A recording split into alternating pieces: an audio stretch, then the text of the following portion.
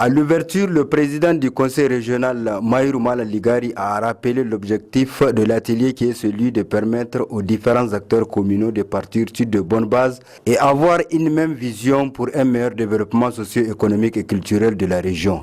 Au vu du rôle éminemment précieux que les collectivités territoriales sont appelées à jouer, c'est pourquoi les ententes entre la région, collectivité territoriale et les communes que conforte le décret sur l'intercollectivité si haut cité doivent bénéficier aux territoires les plus défavorisés, qu'ils soient ruraux ou urbains.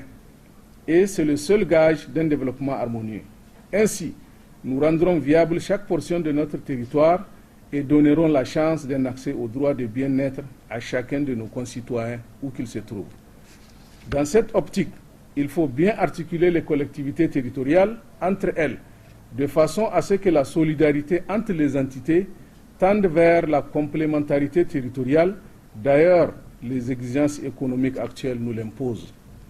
Honorables députés, messieurs les maires, jamais la région de Difa n'a bénéficié à travers le monde entier d'autant d'attention et d'empathie, où les partenaires nationaux et internationaux ont répondu massivement à l'appel de nos plus hautes autorités pour faire face aux besoins urgents et pour réaliser des projets de développement.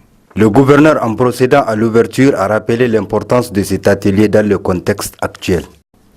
L'objectif de ce cadre sera de coordonner les actions de développement de tout genre en veillant à ce qu'elles s'inscrivent et s'alignent dans les outils et les supports de planification existants, à savoir le plan de développement communal PDC et le plan de développement régional PDR.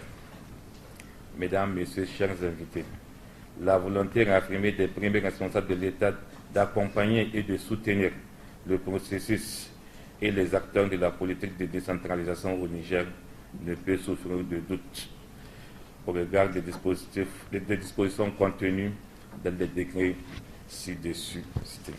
Il faut noter à cet atelier la présence des députés nationaux de la région, des chefs coutumiers, des conseillers régionaux, la société civile, les leaders d'opinion, plus les autres projets intervenant dans la région.